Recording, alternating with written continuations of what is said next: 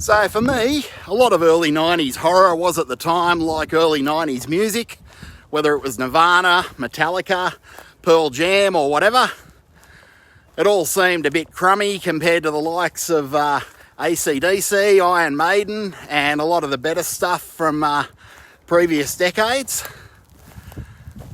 But hindsight's always 2020, and the same went for these early to mid 90s horror entries. So whether it was the Candyman, People Under the Stairs, Child's Play sequels, Puppet Master movies, or this one, The Leprechaun, I didn't have much time for any of these movies when there was so much 80s goodness to be had in the world of horror, sci-fi and exploitation cinema. I still saw a few of them, but I just really didn't have that much of an affinity for them at the time. But as I said, and as is always the case, hindsight is 2020, especially in 2025. I've been revisiting some of these movies because frankly, compared to most of what's being released today, a lot of these 90s quickies really do look like Citizen Kane. So The Leprechaun from 1993 is interesting in that it revived the career of Warwick Davis and launched the career of Jennifer Anniston. So the premise of this one is that one of the wee people of Irish folklore, one of the leprechauns, is accidentally revived or resurrected when a unwitting family moves into a farmhouse in the middle of a rural community. He spends most of the movie offing people who he believes have taken his gold. And I wish I had $1 for every time he says the line, "Where's me gold?" And that's about as complex as all of this gets. It's all about creative kills, creative quips, and the novelty of seeing a leprechaun running amok on a murderous rampage. So as I said, this one revived Warwick Davis's career. Prior to this, he'd played Wicket the Ewok and Willow, and that was about it. I reckon these Leprechaun movies were a nice little earner for Mr. Davis back in the early 90s to mid-90s. And it did kick off Jennifer Aniston's career, and Jennifer Aniston was a lot better in this movie than most 90s leading ladies. And she was a lot better in this movie than she was in Friends. It's a pity that Friends was so awful. She really should be more embarrassed by that one, I think, than The Leprechaun. So after revisiting The Leprechaun in 2025, it's not subversive or challenging or anything like that. Just a bit of wholesome fun, or unwholesome fun, as the case may be. And it set up a bunch of sequels that I never saw, though I am curious about Leprechaun in Space and Leprechaun in the Hood.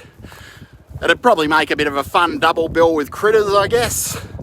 Both of these are just fun little time capsules with pint-sized villains and nothing too taxing. And you'd probably best enjoy this one with a pint of Guinness, of course. In terms of social commentary, it's pretty stock standard for this sort of movie from the 90s. It's all about younger people not appreciating rural areas. But that message I don't think really resonates in 2025 with the whole housing crisis. I think that most young people would be happy with having any sort of secure roof above their head nowadays. So they wouldn't be too offended about their parents moving them to a more prosperous area. So it really does show how different a time the 90s was, how much more prosperous. Everyone wanted to be living in a city because everyone had money and life was good. So a lot of those sentiments in these movies will appear a little tone deaf these days because, as I said, most people would be stoked to move to the country and have a house and lodgings and security and employment and all those sort of things, but and no inflation, but we do live in a very different world right now. So it does have that stock standard social commentary, the fish out of water teens, which was so popular for decades, but as I said, probably a little less popular now. Most teens would probably be chomping at the bit to have a future nowadays by being relocated to some place with prospects and wide open ranges.